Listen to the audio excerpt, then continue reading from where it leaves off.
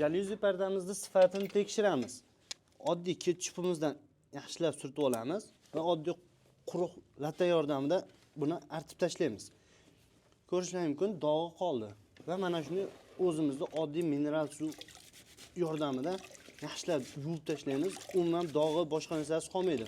Bularni bemalol yuvib ishlatsalaring bo'laveradi. Oddiy suvda yordamida yuvsalaring, biliks berib, yaltirab oldingi holatdan ham zo'r holatga keladi.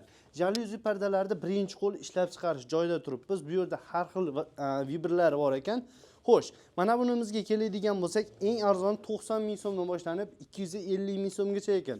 Undan tashqari mana shunday kelin-kuyovni uylariga, spalnilarga, mehmonlarga qo'ygani mo'ljallangan ekan. Narxlari 250 mingdan boshlanib 320 ming so'mgacha.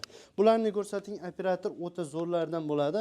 Xo'sh, buni ham bir qator ochib yopib ko'rsatib qo'yamiz.